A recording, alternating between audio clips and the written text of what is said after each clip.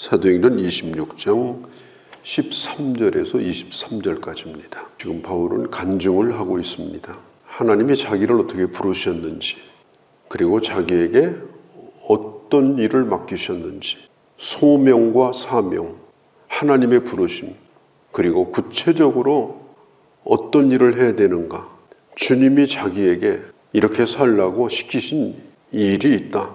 그걸 지금 바울이 간증하고 있어요. 바울의 간증만 듣고 감동받아서는 안 됩니다. 내 간증이 있어야 합니다.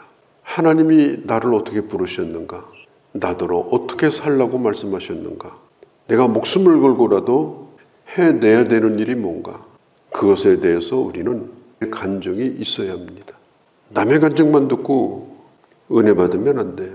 나에게 하나님이 하신 일을 잘 정리해서 그것을 말할 수 있어야 돼요. 예수 그리스도의 십자가와 부활은 사건입니다. 그것은 사실입니다. 그런데 그것만 증거해가지고는 사람들이 안 믿어요.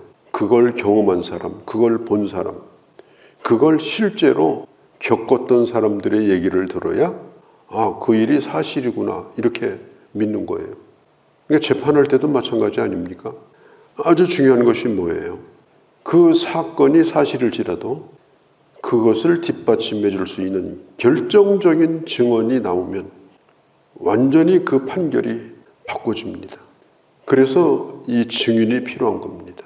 내 잘난 것을 증거하는 게 아니고 분명히 예수 그리스도가 나를 부르신 것, 그리고 내가 어떤 인생의 의미를 가지고 나는 지금 살고 있는가, 그 증언이 분명할 때 예수 그리스도의 그 복음이 더 강력하게 증거가 되고, 그리고 사람들이 내 간증을 듣고 그걸 믿게 되는 거예요.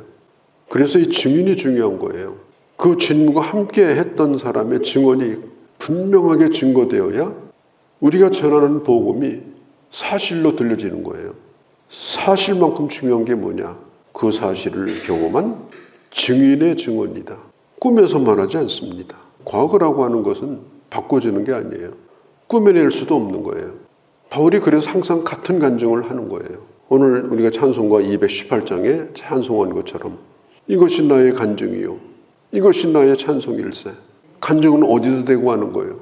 하나님에게 하는 게 아니잖아요. 세상에 나가서 이게 내 간증입니다. 그래서 내가 이렇게 주님을 찬송하고 있습니다. 내가 노래를 부를 이유가 바로 이것입니다.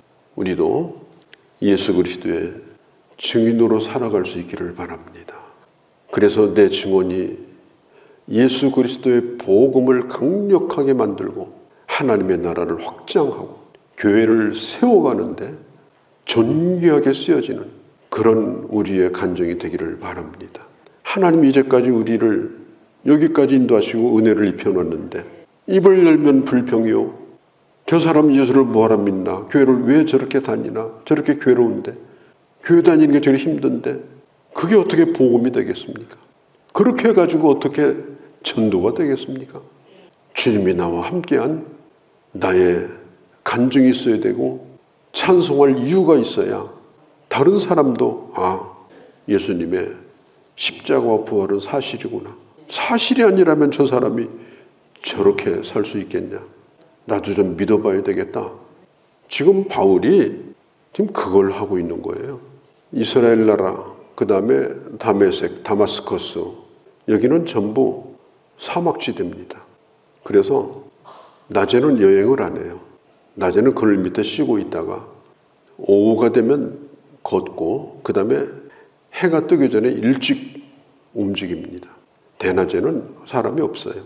그런데 청년 사울, 이 사람은요 그런 거 안 가렸습니다. 왜? 흥분이 되어 있었어요. 그 뜨거운 대낮보다도 더 뜨거웠어요. 왜냐? 왜 죽은 예수를 살아있다고 말하냐?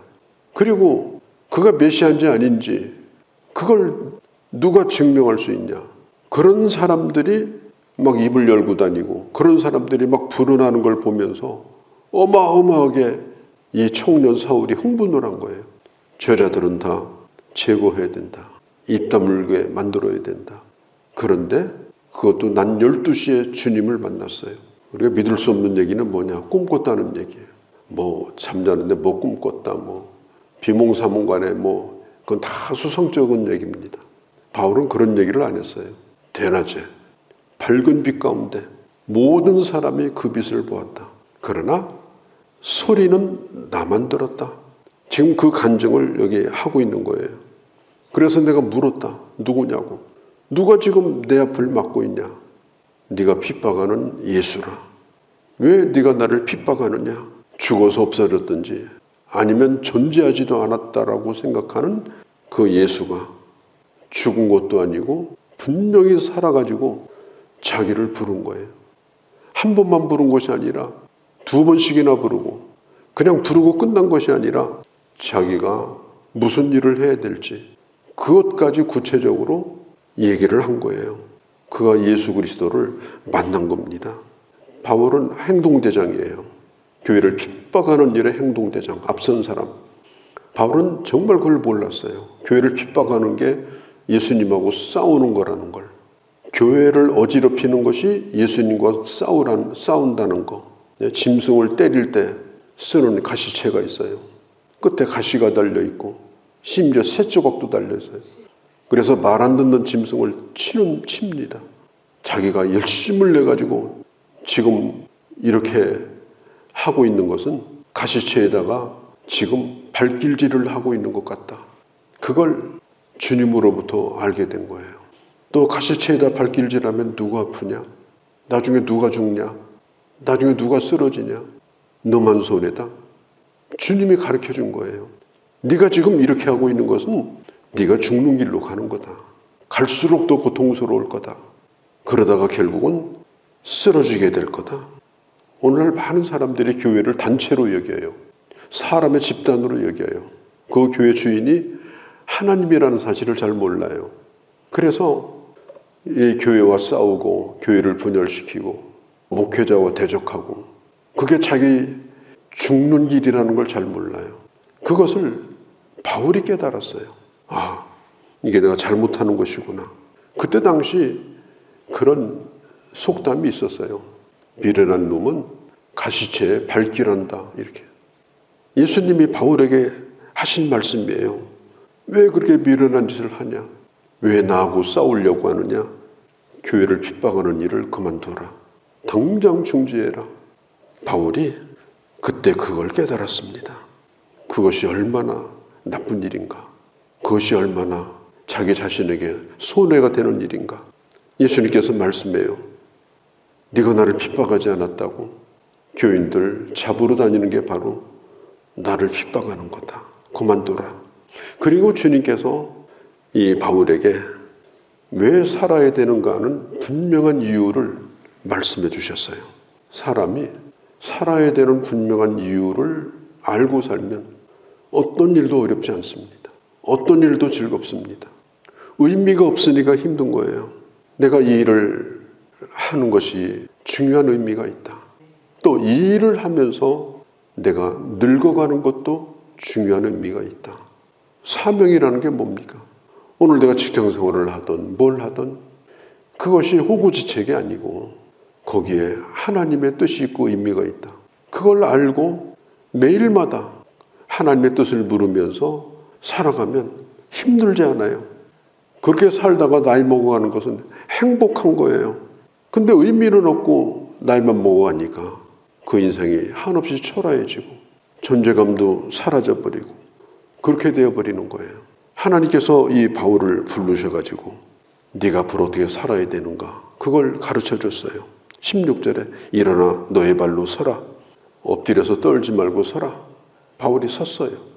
내가 너에게 지금부터 네가 할 일을 가르쳐 줄 거다.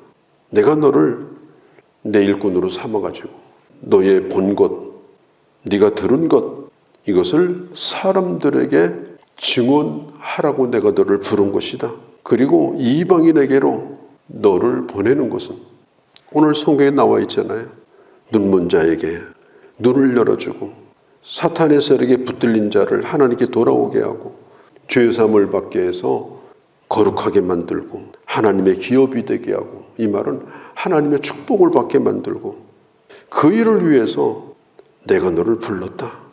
하나님께서요, 사도 바울을 만날 때도 양해를 구하고 만난 게 아니에요. 일방적으로 만났어요. 하나님께서 사도 바울에게 사명을 맡길 때도 일방적으로 사명을 맡겼습니다. 이렇게 하라. 16절에 이 모든 것의 종과 증인으로 삼으려 함이라. 너는 이제부터 증인이 되라. 내가 살아있다는 것, 내가 부활했다는 것, 그것에 증인이 되라. 이 증인이라는 말은요, 순교자라는 말과 동의어입니다. 증인이 된다는 건 순교한다는 뜻과 같아요. 증인의 삶을 산다는 것은 바로 순교적인 그런 각오를 가지고 내가 어디든지 뭘 하든지 나는 예수 믿는 이 일에 대하여 나는 분명하게 말할 것이고 내가 믿는 예수 그리스도를 나는 증거하리라. 어떤 일이 있다 하더라도 어떤 욕을 먹는다 하더라도 그게 바로 증인으로 사는 거예요. 그렇게 하면 그 사람을 통해서 복음의 능력을 얻게 되고 그 사람을 통해서 복음이 증거됩니다. 그를 통하여 하나님이 사람을 구원하시는 거예요. 19절 20절에 하늘에서 보인 것을 거스리지 아니하고 내가 전하였기 때문에 사도 바울은 하늘로부터 하나님의 부름을 받았고 계시를 받았습니다. 그것은 곧 온 유대와 이방인에게 증거하라는 것이었습니다. 바울은 말합니다. 내가 거스리지 아니하고 내가 살았다. 하나님이 나를 부른 것에 대해서 나는 거스리지 않았다. 이제까지 그렇게 살았다. 그러면서 지금 베스도 총독하고 아그리빠 왕 앞에서 그가 다시 또 얘기를 하는 거예요. 하늘에서 보인 이 사명, 이걸 내가 지금 증언하고 있습니다. 내가 이방인에게도 이걸 증거했고 그 다음에 유대인에게도 증거했습니다. 내가 예루살렘에 왔더니 유대인들이 그래서 나를 죽이려고 했습니다. 하나님의 도우심으로 22절에 내가 오늘 이 자리까지 서 있는 겁니다. 예언자들과 모세가 말했던 그 메시아, 그분이 오셔서 죽으시고 살아났다고 하는 이 부활을 증거하였기 때문에 오늘 내가 여기에 서 있는 겁니다. 이렇게 된 것도 그래서 된 거고 이 순간도 그 이유 때문에 내가 당신들에게 이 말을 하는 겁니다. 지금 바울의 결론이 뭐예요? 자기 간증을 하고 예수 그리스도의 부활을 증거하고 있는 거예요. 사도행전은 예수 믿고 복 받으세요가 아니었어요. 예수 믿고 천당 가세요 한마디도 없어요. 사도행전의 복음은 뭐냐? 내가 믿는 예수는 살아계십니다. 그 주님이 바로 내 주인이시고 그 주님은 지금도 살아있을 뿐 아니라 앞으로 반드시 다시 오십니다. 그게 사도행전의 복음이었어요. 사도 바울의 오늘 결론도 바로 그겁니다. 23절에 먼저 다시 살아나서 바로 이것이 바로 오늘 내가 말하고자 하는 것입니다.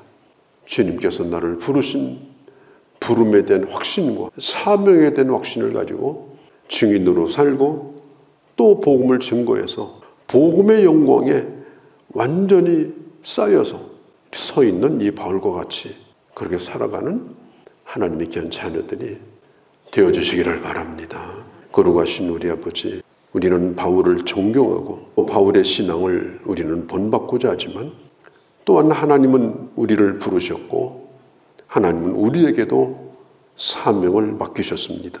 우리에게도 이런 간증이 있게 하시고 우리에게도 이 분명한 복음의 메시지가 있게 하시고 나를 만나는 자들마다 저들이 예수 그리스도를 분명히 만날 수 있는 역사로 나를 통하여 주님을 믿는 자들이 더하게 하시고 하나님의 세우신 뜻이 이루어지는 그 놀라운 축복 속에서 그 감격 속에서 살아가는 저희가 되도록 은혜 베풀어 주시옵소서. 우리 주 예수님의 이름으로 기도하옵나이다.